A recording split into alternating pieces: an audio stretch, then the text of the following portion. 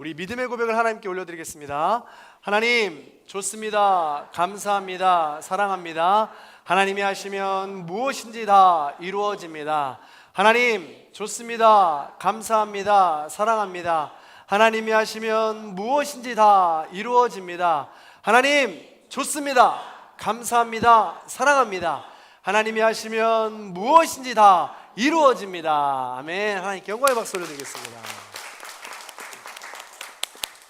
네, 우리 앞뒤 좌우 여러분과 인사했으면 좋겠습니다. 오래간만에 교회 나오신 분들, 우리 교회 처음 나오신 분들, 우리 모든 분들을 환영하고 축복합니다. 이 시간 모든 분들 위에 성령 충만할 수 있기를 간절히 소망합니다. 그런 마음을 담아서 앞뒤 좌우 여러분께 인사합니다. 성령 충만합시다. 아멘. 사랑하고 축복합니다. 환영합니다. 아멘. 네, 고맙습니다. 네, 우리 어릴 적부터 동화로 듣던 왕자와 거지라는 것이 있습니다. 이 마크 트웨인이 지은 이 소설입니다. 주인공은 두 사람입니다. 같은 날 태어났습니다. 한 친구는 영국 왕 헨리 8세의 아들 에드워드 튜터입니다. 또 다른 친구는 런던의 뒷골목 술주정뱅이의 아들 톰 캔디입니다. 같은 날 태어났지만 두 아이의 신분은 완전히 다릅니다. 어느 날 우연히 거지 톰은 왕궁에 들렸다가 경비병에게 붙잡혀서 호되게 혼이 납니다. 이 모습을 에드워드가 보게 되죠. 그래서 경비병에게 달려가서 이것을 만류하고 막습니다. 내 아버지의 백성을 함부로 대하지 말라라고 말하면서 말이죠. 그렇게 톰을 안쓰럽게 여기던 에드워드는 그를 데리고 왕궁 안으로 들어가게 됩니다.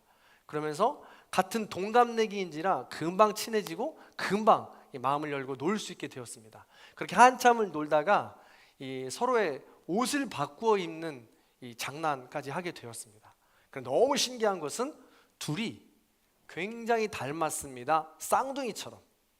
그렇게 해서 옷을 바꿔 입고 난 후에 한참을 놀고 있는데 지나가던 경비병에게 거지 옷을 입고 있던 에드워드가 혼이 나기 시작합니다. 그러면서 거지인 것으로 착각하고 왕궁에 잘못 들어왔다고 이야기하면서 이 에드워드 왕자를 내쫓게 되죠. 그리고 결국에 졸지에 이 거지 톰 캔디가 왕이 된 것입니다. 왕실 예절과 전통에 무지했던 이 거지 톰은 왕자의 옷을 입었지만 왕자의 행사를 하지만 왕궁에서는 전혀 인정받지 못합니다. 나중에 왕자가 미쳤다라는 소문까지 나돌게 되죠.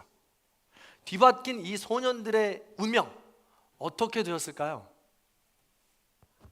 다 아시겠죠? 모르시는 분들은 집에 가서 동화나 소설을 찾아보시면 좋겠습니다. 재미있는 것은 이 미술과 인문학을 같이 공부하고 목회에 많은 이 영향력을 주고 있는 최광열 목사님은 이 왕자 거지를 굉장히 그 대단한 문학 작품으로 이야기합니다. 왜냐하면 이 왕자 거지가 성경 로마서의 문학판이다라고 이야기하기 때문에 그렇습니다. 로마서에서 바울은 수차례 고백합니다. 내 안에 선함은 있지만 그 선함을 살아낼 능력은 없다라고 이야기하죠. 그렇습니다. 우리는 모두가 예수님의 십자가 보혈 은총으로 하나님의 자녀라는 놀라운 신분의 변화를 얻습니다.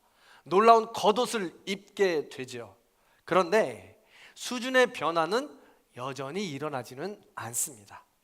마치 톰이 왕국에서 왕자 노릇을 제대로 못하고 있는 것과 똑같다라는 것이죠. 아는 게 아무것도 없고 아는 게 설령 있다 할지라도 머리로만 알아서 삶으로 살아내기엔 부족한 이 톰과 우리 그리스도인의 모습과 비슷하다라는 것입니다. 신분은 은총으로 변화되지만 우리의 수준은 훈련으로 개선되는 것입니다. 그러니 신분과 이 수준이 당연히 처음엔 격차가 날 수밖에 없는 것입니다. 그러니 신분과 수준이 격차가 난다고 해서 우린 좌절할 일이 아닙니다. 오히려 분발할 일이죠. 어떻게 하면 수준에 맞게 신분에 맞게 수준을 끌어올릴 수 있을 것인가? 우리 날마다 노력하면 됩니다.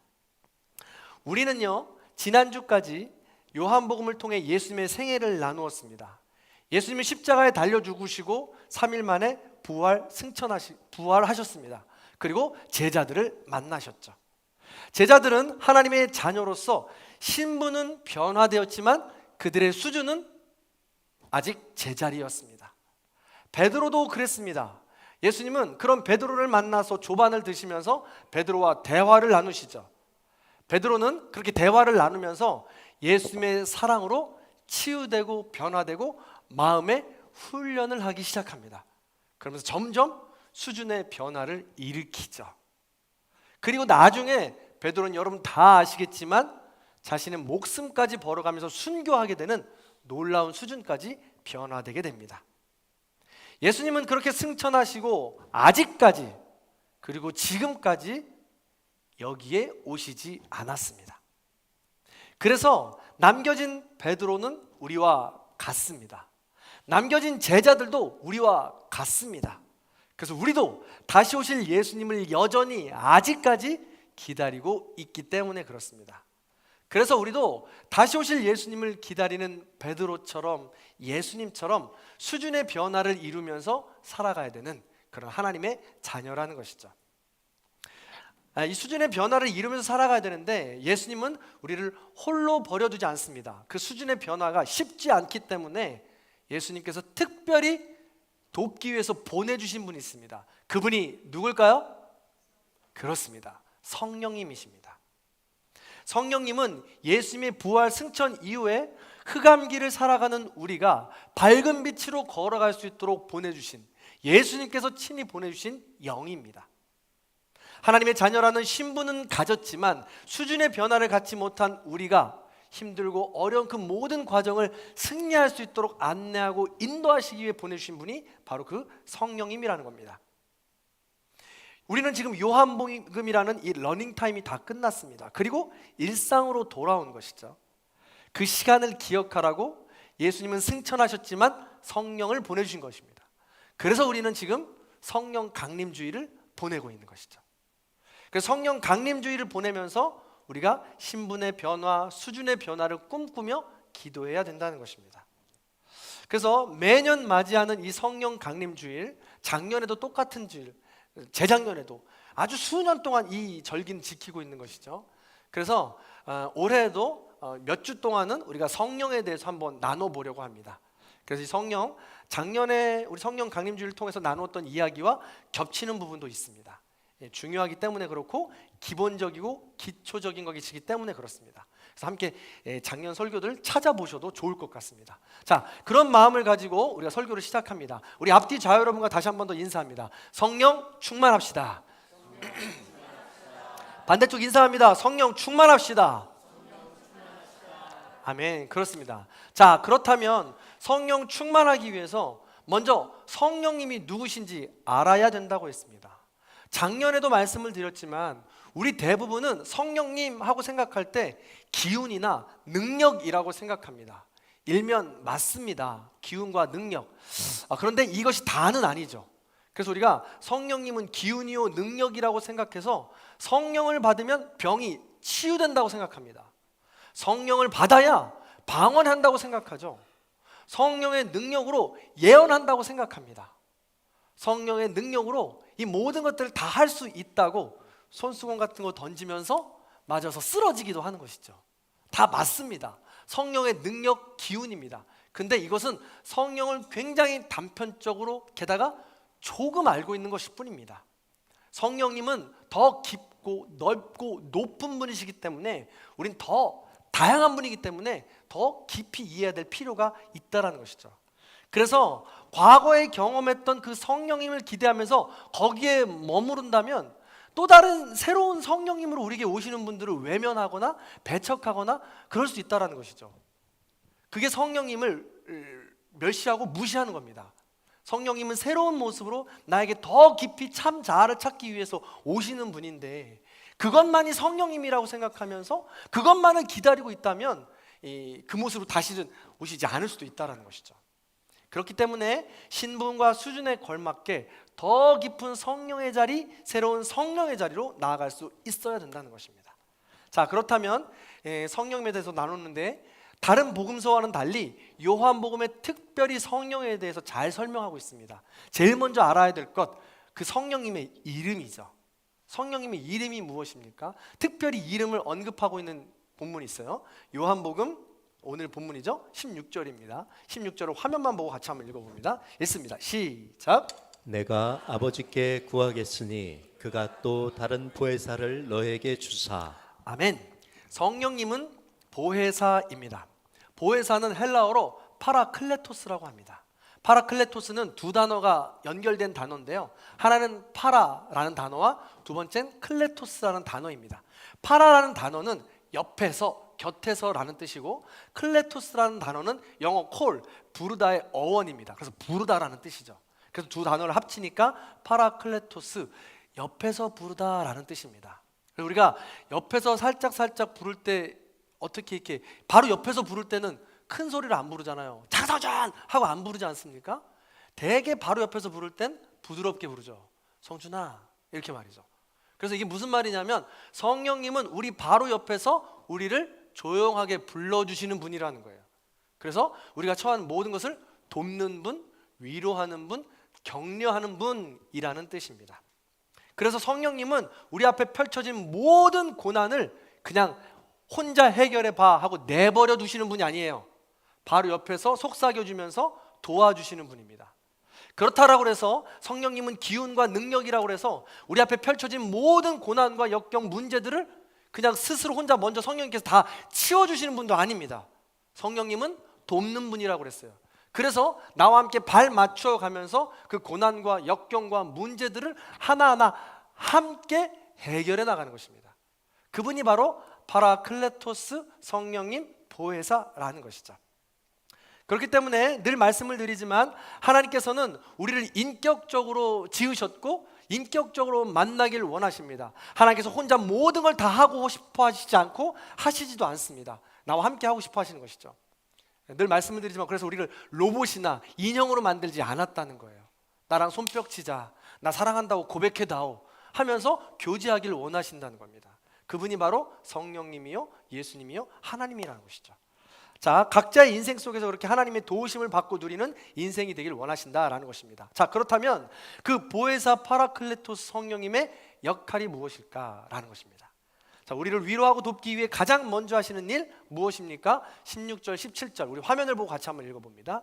읽습니다. 시작. 보혜사를 너에게 주사 영원토록 너희와 함께 있게 하리니 그는 너희와 함께 거하시며 또 너희 속에 계시겠음이라. 아멘. 그렇습니다. 보혜사 성령님의 가장 큰 도움의 시작, 역할, 시작은 바로 우리와 동행하시겠다는 거예요. 우리를 인도하시겠다는 겁니다. 그것도 그냥이 아니라 우리 안에 계시면서 말이죠. 우리의 숨과 같이 말입니다. 그래서 우리가 올바른 길로 갈 수 있도록 우리가 하나님의 자녀라는 신분에 걸맞게 곁길로 가지 않도록 우리가 날마다 함께하여 주시고 속삭여 주시고 동행 인도하신다는 겁니다. 자, 지금 우리 요한복음 14장 이 대화를 나눌 때가 언제입니까? 기억나십니까? 14장부터는 예수님께서 이제 나 떠날 거야 라고 이야기하는 고별사라고 그랬습니다. 그러니까 제자들이 이 이야기를 들을 때 근심하고 걱정하죠. 예수님이 곧 떠나신다니까요. 홀로 남겨지니까 두렵고 외롭고 무서웠겠죠. 그런 제자들에게 말씀하는 겁니다. 내가 영원히 네 안에 함께하겠다. 보혜사 파라클레토스로 함께하겠다라고 이야기하는 겁니다. 그런 제자들이 이 말을 듣고 얼마나 큰 힘이 되겠습니까? 얼마나 큰 안도감, 평안감이 들었을까요? 어디로 가는지는 몰라도 말입니다. 마찬가지입니다. 우리도 지금까지 모르긴 몰라도 성령님의 큰 인도하심 따라 여러분의 모든 이 삶의 모든 굴곡에 따라 여전히 하나님께서 성령님을 보내주셔서 여기까지 오신 겁니다. 성령님께서 안내하시고 인도하시고 동행하셨기 때문에 여기까지 안전하게 오신 것이죠. 믿으십니까? 그것이 바로 성령님의 역할이라는 것이죠. 저는 이 평일날에 정말 아름다운 장면 중에 하나가 뭐냐면 우리 어린이집 아이들이 등원할 때입니다. 어린이집 아이들이 25인승 버스를 타고 저 골목 다리를 지나서 들어오면 모리아 성전 앞에 딱 주차를 합니다. 그러면 이 시간이 조금씩은 다를 텐데 우리 선생님들이 어떻게 아시는지 이 선생님들이 원장님과 함께 마중을 나오시는 거예요. 그리고 차가 서면 이 실장 운전하셨던 실장님이나 우리 운전하시는 장로님이 내리세요. 그리고 안에서 함께 탑승했던 선생님이 있잖아요. 그럼 그 아이들이 일일이 내릴 때까지 내려주고 받아주고 이 줄을 세웁니다. 그럼 그 아이들이 내릴 때 정말 천차만별이에요. 다양합니다. 아이들이 선생님이 반가워서 소리치는 아이, 선생님 다리 붙잡는 아이, 그리고 또 제가 지나갈 때는 목사님이라고 아는 척한다고 목사님이야 하고 인사하는 아이들, 너무 귀엽고 다양해요. 근데 그런 아이들은 정말 다행인데 그 중에 정말 에너지가 넘치는 아이들은 그냥 어린이집이 반가워서 냅다 뛰는 친구들도 있습니다. 그러면요, 우리 미리 나온 선생님들과 우리 함께 운행했던 선생님들이 그 아이들을 일일이 줄을 세워요. 그리고 안전하게 어린이집까지 인도해서 들어가게 되는 거죠. 이 모습이 굉장히 아름답고 신비합니다. 성령님도 마찬가지입니다.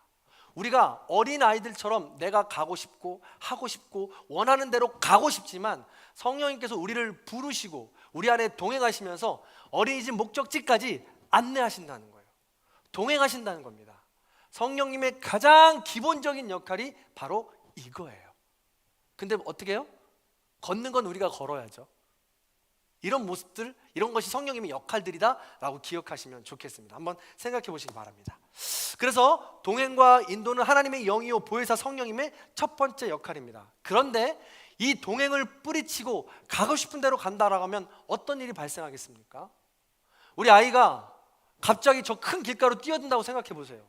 상상도 하기 싫지 않습니까? 근데 우리가 성령님을 버려버리면 그런 삶과 똑같이 된다는 거예요. 그래서 성령님의 동행 여부를 이야기할 때 꼭 등장하는 왕이 있습니다. 성경 인물이 있어요. 누군지 아십니까? 그렇습니다. 사울입니다. 그리고 다윗이고 솔로몬이죠. 우리가 구약 파노라마 시간에 배웠습니다. 점검하고 갑니다. 자, 사울, 다윗, 솔로몬은 이 성령님, 하나님을 마음속에 모셨느냐 안 모셨느냐가 가장 큰 특징입니다. 사울은 어떻게 했다고요? 마음속에? 사울, 무심. 마음속에 성령님을, 하나님을 무심, 버려버린 거예요. 없어요. 그래서 마음에. 다윗은 어떻습니까? 전심으로 마음속에 하나님을 모셔드린 거예요. 성령님과 동행하는 거죠. 솔로몬은 어떻습니까? 반심. 반은 모셔드렸지만 반은 떠나며 살았죠. 그래서 이들의 삶의 결과는 어때요? 사울은 정말 매 순간 지옥과 같은 삶을 살았습니다. 본인이 제사장 역할을 감당하는 욕심을 부리려다가 성령님이 떠나시게 되고요. 그리고 사울은 천천히요, 다윗은 만만이다 라는 이 질투의 소리 때문에 일평생을 다윗을 쫓아다니며 살아갑니다. 죽이려고. 성령이 떠난 삶이죠. 비참한 삶입니다. 그래서 종국에는 마지막 전쟁에서 그것을 자살하지 않습니까? 다윗은 어때요? 다윗은 전심으로 하나님을 모셔드리면서 인생의 수많은 굴곡 속에서도 오직 하나님 한 분만을 바라보며 성왕으로 인정을 받았던 것입니다. 성령을 모시면 인생의 수많은 굴곡 속에서도 우리는 결국 승리할 수 있다는 사실이죠. 그렇기 때문에 우리는 반드시 성령님과 동행해야 하고 성령님의 인도하심에 민감히 반응해야 되는 것입니다. 그렇게 성령님의 동행하시는 역할들을 받아 누리시는 저와 여러분들이 다 되시기를 간절히 축복합니다. 아멘. 성령님은 동행하시는 분입니다. 두 번째로 성령님의 역할은 무엇입니까? 자, 17절입니다. 17절을 같이 읽어볼게요. 읽습니다. 시작. 그는 진리의 영이라 세상은 능히 그를 받지 못하나니 이는 그를 보지도 못하고 알지도 못함이라. 우리는 보지도 못하고 알지도 못해요. 근데 진리의 영이 함께 하시면서 어떻게 한다고요? 26절도 함께 읽어봅니다. 26절 읽습니다. 시작. 그가 너에게 모든 것을 가르치고 내가 너에게 말한 모든 것을 생각나게 하리라. 그렇습니다. 성령님은 진리의 영이시라서 우리는 성령님이 없으면 알지도 보지도 못하는 모든 것들을 성령님을 통하여 알게 된다는 거예요. 생각나게 된다는 것입니다. 그게 바로 성령님의 역할이라는 것이죠. 그렇다면 한 걸음 더 들어가서 성령님이 알게 하고 깨닫게 하고 생각나게 하는 것이 무엇일까요? 구체적으로 그것이 무엇일까요? 명확하게 나와 있어요. 요한복음 15장 26절의 말입니다. 자, 15장 26절입니다. 같이 화면을 보고 읽어볼게요. 시작. 진리의 성령이 오실 때 그가 나 예수 그리스도를 증언하실 것이요. 아멘. 그렇습니다. 지금 14장, 15장, 16장, 17장은 고별사라고 그랬습니다. 그래서 여기서 지금 나라고 지금 예수님이 이야기하고 있는 본문입니다. 그렇기 때문에 나는 예수님을 이야기합니다. 그렇기 때문에 진리의 영이신 성령님의 주된 역할은 예수님을 알게 해준다는 거예요. 예수님을 생각나게 해준다는 겁니다. 그게 바로 성령의 역할이라는 것이죠. 그래서 우리가 예수님을 안다, 예수님을 생각한다, 혹은 우리가 흔히 부부끼리 혹은 자녀와 부모끼리 안다라고 이야기할 때 안다는 것이 무엇입니까? 특별히 정말 친밀하고 각별한 부부는 눈빛만 봐도 안다고 하잖아요. 그 눈빛만 봐도 안다는 것이 무슨 말입니까? 어떻게 눈빛만으로도 아나요? 자, 얼마 전에 김민재를 닮은 정동식 심판이 TV 프로그램에 나온 적이 있습니다. 이런 큰 화면을 보이실지 모르겠는데 정말 닮았어요. 둘이 쌍둥이 같습니다. 근데 이제 이분이 나와서 MC와 이야기를 하는데 함께 온 아들이 방청석에 앉아 있었습니다. 그래서 MC가 아들에게 묻습니다. 아들 이름이 현우였는데 현우군, 아버지는 어떤 분이세요? 라고 물어봐요. 그랬더니 아들이 대답합니다. 우리 아버지는요 착하고 부지런한 분이세요 라고 대답합니다. 그 대답을 듣고 정동식 심판이 순식간에 눈물이 가득 차고 막 울기 시작합니다. 왜인고 하니 이 정동식 심판이 어렸을 적부터 꿈이 축구 선수였습니다. 축구를 열심히 했는데 하다가 보니까 자기의 실력이 축구 선수 할 정도는 아니었던 거예요. 축구를 너무나도 사랑하지만 그래서 중도에 포기하고 그래도 어떻게 하면 축구를 가까이서 할 수 있을까 해서 축구 심판 자격증을 따게 됩니다. 그래서 축구 심판을 해요. 근데 축구 심판을 하는데 이 수입이 저는 굉장히 많을 줄 알았어요. 축구 심판인 정도 되니까. 그런데 이 수입이 굉장히 열악하다고 합니다. 게다가 축구는 시즌이 있어요. 그래서 시즌이 있다는 이야기는 비시즌이 있다는 이야기죠. 그래서 시즌이 아닐 때는 수입이 아예 없는 거예요. 그렇기 때문에 생활고에 시달리게 되는 것이죠. 그런데 이 심판은 하는데 이분이 4시 반에 일어나서 정식 직업으로 환경 공무관을 합니다. 우리 예전에는 환경 미화원이라고 불렀는데 환경 공무관으로 이름이 바뀌었다고 하더라고요. 그래서 4시 반에 일어나서 환경 공무관을 3시까지 합니다. 그리고 3시 다 하고 집으로 돌아오면 3시부터 2시간 동안 퀵 서비스를 한대요. 가까운 곳에. 그리고 5시부터는 심판을 하려면 체력이 뛰어나야 합니다. 정기적으로 체력장을 보거든요. 그래서 일처럼 5시부터 2시간 동안 뛴다고 합니다. 운동을 하는 거죠. 그렇게 열심히 사는 거예요. 가난하고 힘들고 어려웠기 때문에 이런 삶을 쉬지 않고 계속해서 반복했다라는 것입니다. 그래서 이런 아버지의 모습을 옆에서 보고 우리 아버지를 안다고 말한 거예요. 우리 아버지는 착하고 부지런한 분이라고 말입니다. 맞습니다. 지금까지 힘겨운 삶을 산 것을 다 보상받는 것 같아서 그 자리에서 눈물을 펑펑 흘리게 된 것이죠. 그래요. 그 사람을 안다는 것은 머리로만 안다는 것이 아니라 그 사람의 삶 전체가 내 안에 들어와 서로에게 격려와 힘이 되고 선한 영향력을 주는 것이 진짜 아는 것입니다. 자, 그렇다면 여러분에게 질문하겠습니다. 여러분은 예수님을 아십니까?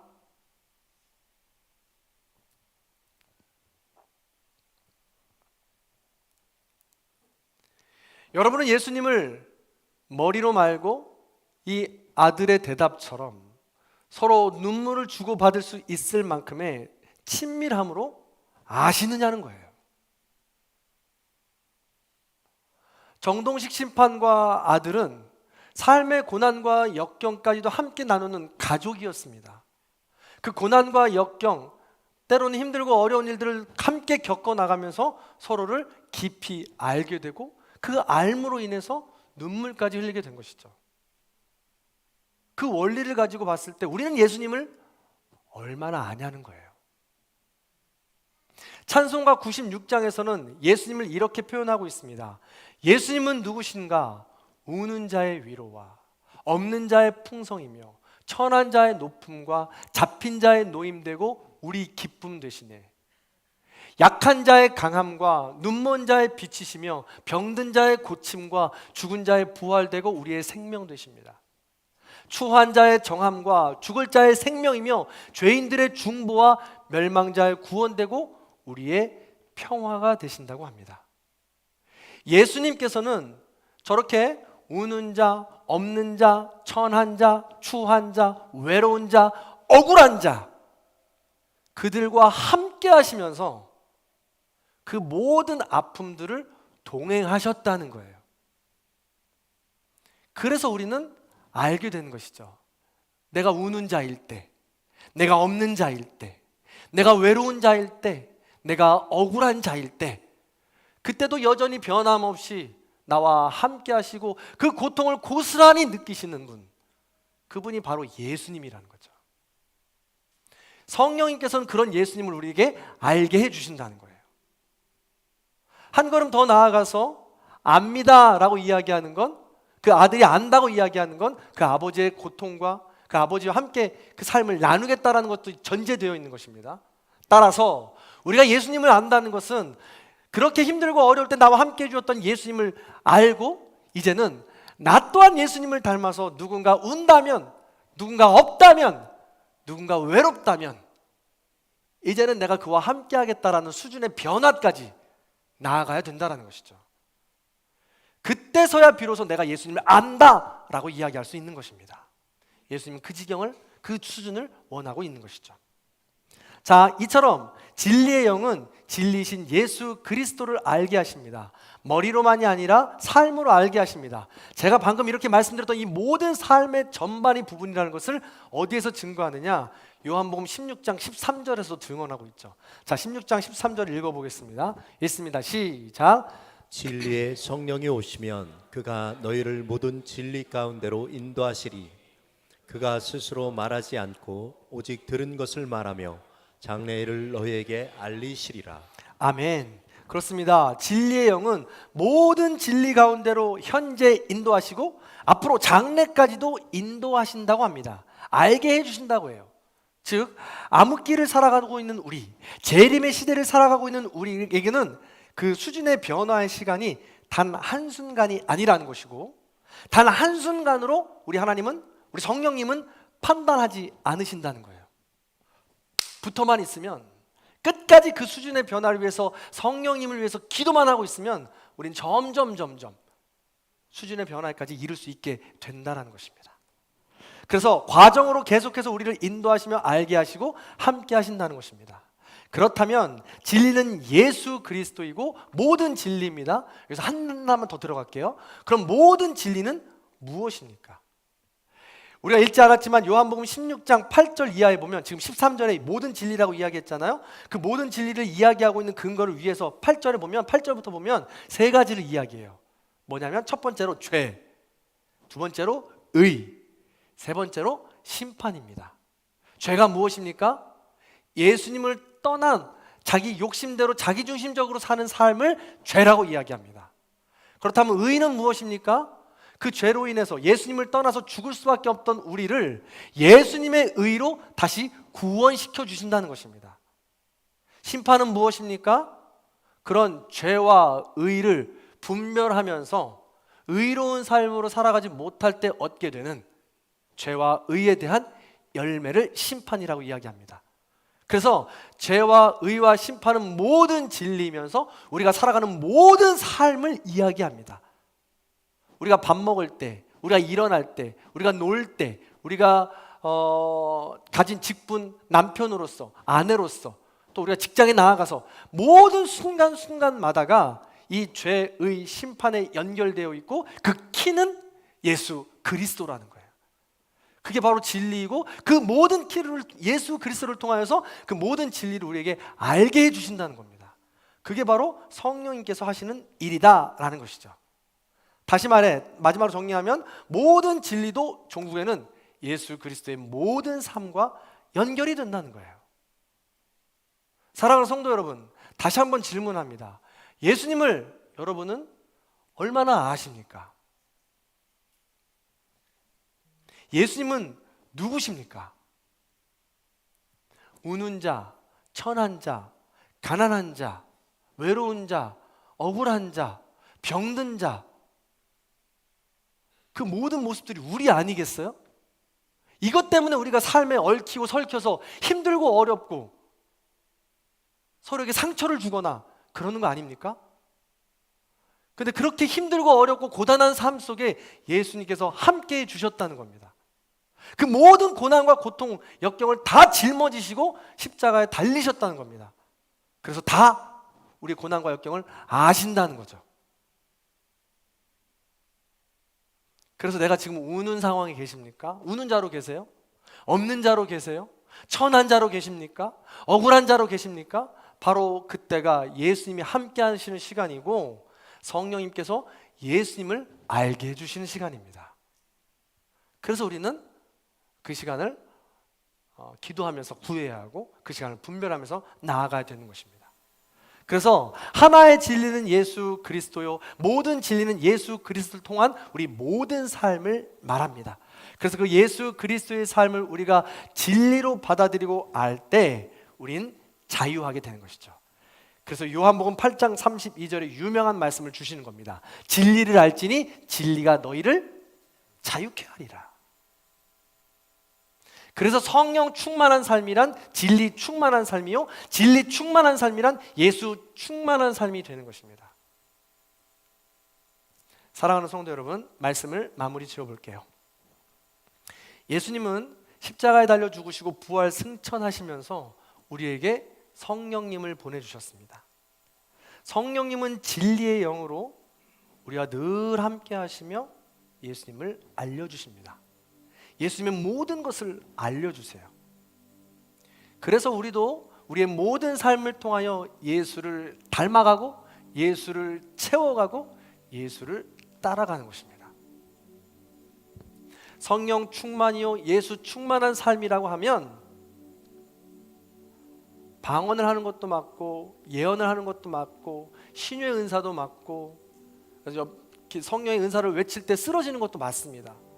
그러나 그 수준에서 또 다른 수준의 변화로 나아가는 것인데 가장 성령 충만은 예수를 닮아가는 것입니다. 예수로 살아내는 것입니다. 나 지금 성령 충만하다고 이야기하면서 나만을 위해 사십니까? 성령 충만 아니에요. 예수 충만 아닙니다. 성령 충만하다고 고백하시면 내 삶에서 예수 그리스도가 드러나야 합니다. 나 또한 우는 자였고 외로운 자였고 억울한 자였고 가난한 자였고 추한 자였던 그런 나와 함께 해주셨던 예수님, 그 예수님의 은혜를 깨닫고 힘을 얻어서 이제 나도 수준의 변화로 성숙한 사람으로 우는 자, 외로운 자, 억울한 자, 힘든 자 그들과 함께하는 예수님의 모습을 보여주는 그것이 바로 성령 충만의 모습이라는 것이죠. 부디 하나님의 자녀로서 신분의 변화를 지나 고난 앞에 훈련으로 성령 충만함으로 수준의 변화를 이루어내시는 저와 여러분의 삶이 다 되시기를 간절히 축원합니다. 한 가지 이야기만 해드리고 마치려고 합니다. 우리가 성령 충만하면 뜨겁고 능력이 일어나야 되고 그런 삶으로 생각합니다. 다시 한번 말씀드리지만 제가 아예 부정하는 거 아니에요. 맞습니다. 그러나 성령 충만한 삶은 예수 충만한 삶으로 우리 주변에 소소하게 잔잔하게 예수 그리스도의 삶을 살아내는 것입니다. 어느 빵집에서 허름한 차림의 노인이 차례를 기다리고 있었습니다. 그는 동전을 손에 쥐고 달그락달그락 하면서 빵을 쳐다보고 있었어요. 그가 유독 계속 쳐다보는 빵이 있었습니다. 그렇게 빵을 쳐다보면 기다리다가 자신의 순서가 되어서 점원 앞에 섭니다. 점원이 묻습니다. 뭘 드릴까요? 그랬더니 우리 어르신이 대답합니다. 저거 하나 주세요. 쳐다보고 있던 빵과 반대쪽에 있던 아주 작은 빵 하나를 고르죠. 그래서 점원이 이 빵을 봉투에 담으면서 묻습니다. 어르신, 더 드시고 싶은 것은 없으세요? 이건 너무 작은데요. 그랬더니 어르신이 대답해요. 에이 뭐 저거 먹고 싶은데 내가 요즘 살이 쪄가지고 다이어트 중이라 참으려고 애써 이렇게 태어난 척하면서 이 말을 벌버무리자 미소를 지어 보입니다. 그때 점원은 눈치를 채고 그 빵을 봉투에 담으면서 말합니다. 이 젖빵을 먹고 싶다고 했잖아요. 그 빵을 집어서 봉투에 넣으면서 이야기합니다. 아, 이 빵을 그렇게 드시고 싶었군요. 이 빵까지 제가 드릴게요. 맛있게 드세요. 이 빵은 제 선물입니다 라고 이야기합니다. 그러면서 마지막에 뭐라고 하냐면 오늘이 제 생일이거든요 라고 이야기합니다. 그러면서 생일이니까 기뻐서 어르신께 선물 드리는 거예요 하면서 드리는 거죠. 그랬더니 이 할아버지가, 이 어르신이 부끄럽지 않게 빵을 받아서 신나게 이 빵을 가지고 돌아갑니다. 그러자 이 다음 손님이 있잖아요. 다음 손님이 와서 우리 점원에게 이야기합니다. 아이고 참 친절하시네요. 자기 생일에 다른 손님에게 빵을 선물하다니 라고 대답합니다. 네, 이야기를 해요. 그랬더니 그 점원의 옆에 있던 친구가 이렇게 이야기하는 거예요. 이 친구는요 매일매일이 생일이에요. 어려운 사람을 보면 그냥 가지 못하고 매일 생일이라고 이야기하면서 이렇게 가지고 있는 것을 퍼줘요 라고 이야기한 거예요. 그랬더니 그 두 번째 손님이 지갑에서 이제 카드를 꺼내다가 카드를 집어넣고 5만 원짜리를 꺼냅니다. 그 5만 원짜리를 주면서 뭐라고 할게요? 거스름돈은 가지세요. 오늘이 제 생일이거든요 라고 이야기하는 거예요. 참 따뜻하지 않습니까? 예수 그리스도를 닮아가는 사람들이 주변에 이렇게 3, 4, 5 생겨나고 모이게 되면 따뜻한 일들이 많아지는 거예요. 이게 성령 충만입니다. 이게 예수 충만이에요. 우는 자, 외로운 자, 가난한 자, 천한 자, 병든 자 함께 했던 그 예수님의 모습이라는 것이죠. 우리도 그렇잖아요. 우리도 우는 자였습니다. 외로운 자였어요. 어려운 자였어요. 그때마다 예수님이, 성령님이 함께 해주셨죠. 이제는 우리 성령님께서 더 큰 사랑을 부어주시면서 수준의 변화의 자리까지 우리를 부르십니다. 아멘으로 순종하시고 성령 충만이요, 예수 충만이요, 진리 충만의 자리로 걸어가시는 저와 여러분의 삶이 다 되시기를 주님의 이름으로 간절히 축원합니다. 아멘. 그 마음을 담아서 우리 이 찬양 함께 나눠보겠습니다.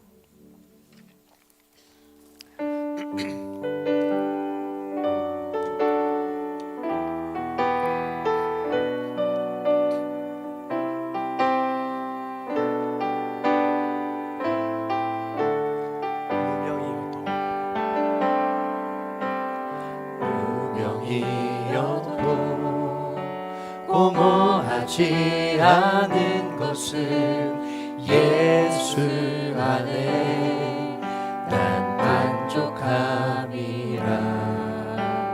가난하여도 부족하지 않은 것은 예수 안에 오직 나는 부요함이라. 고난 중에도 견뎌낼 수 있는 것은 주의 계획 믿기 때문이라. 실패하여도 일어설 수 있는 것은 예수 안에 오직 나는 승리함이라. 난 예수로 충만하네. 난 예수로 충만하네. 난 예수로 충만하네. 영원한 왕 내 안에 살아계시네. 내 몸이 약해도 낙심하지 않는 것은 예수 안에 난 완전 완전함이라. 화려한 세상 부럽지 않은 것은 난 예수로 충만함이라. 난 예수로, 할렐루야. 난 예수로 충만하네. 난 예수로 걷어도 부럽지 않네. 난 예수로 충만하네. 영원한 화 내 안에 살아계시네. 난 예수로 충만하네. 세상 모든 분파도 두렵지 않네. 난 예수로 충만하네. 영원한 왕 내 안에 살아계시네. 아멘. 이 찬양 너무 좋지 않습니까? 저는 지난 월요일부터 매일같이 몇 번씩 들으면서 얼마나 은혜를 받았는지 몰라요. 이 찬양의 가사를 잘 생각해 보시기 바랍니다. 이 찬양의 가사는 두 가지의 의미가 있어요. 우리가 우는 자였어요. 가난한 자였습니다. 고난 중에 있는 자였습니다. 그때 예수님께서 우리와 함께 하셨다는 것입니다. 그래서 그 예수의 의미를 우리는 충만할 수 있었다는 것이죠. 또 두 번째 의미는 이제 그렇게 사랑을 받고 예수로 충만한 자가 되었다면 그 자리에 머물 수 없다는 것입니다. 우리가 다시 우는 자, 억울한 자, 외로운 자와 함께 해야 된다는 것을 의미합니다. 이 선순환이 이루어질 때 비로소 우리는 진정한 성령 충만이요 수준의 변화를 이뤄낼 수 있는 것이죠. 그 의미를 생각하시면서 지금까지 나를 지켜주셨던 성령의 놀라운 은혜, 성령의 또 다른 지인들의 모습들, 그것을 기억하면서 감사함으로, 또 하나는 앞으로 나도 그렇게 잘 살아보겠다라는 충만한 모습으로 살아보겠다라는 결단의 마음으로 다시 한 번 더 찬양해 보겠습니다. 가사를 잘 기억하시면서 한 번 더 찬양하겠습니다. 처음부터 찬양합니다. 무명이어도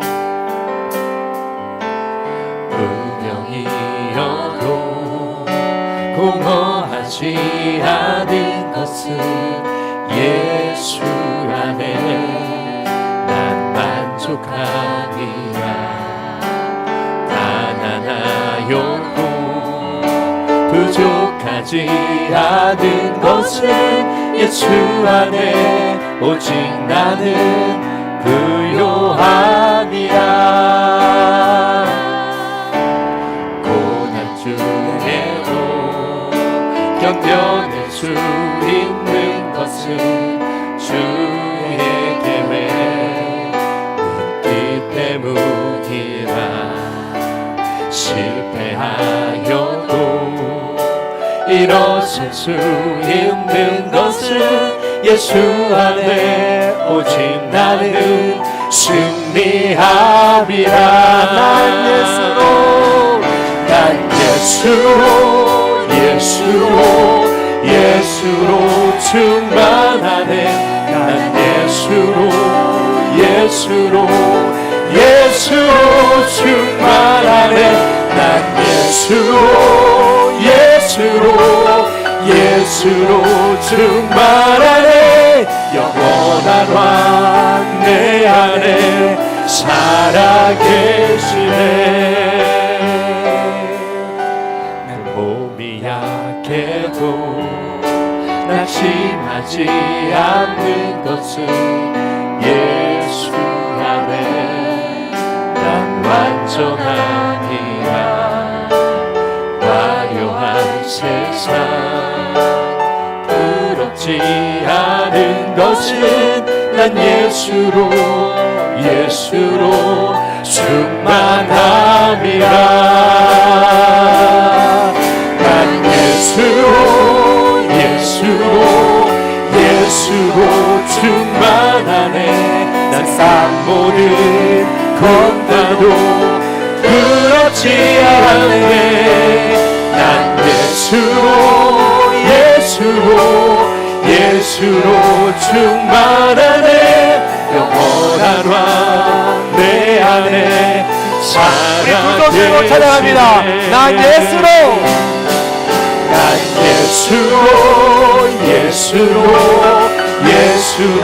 충만하네. 세상 모든 풍파도 두렵지 않네. 난 예수로 충만하네. 영원한 왕 내 안에. 우리 마지막으로 가슴에 손 얹고 찬양합니다. 난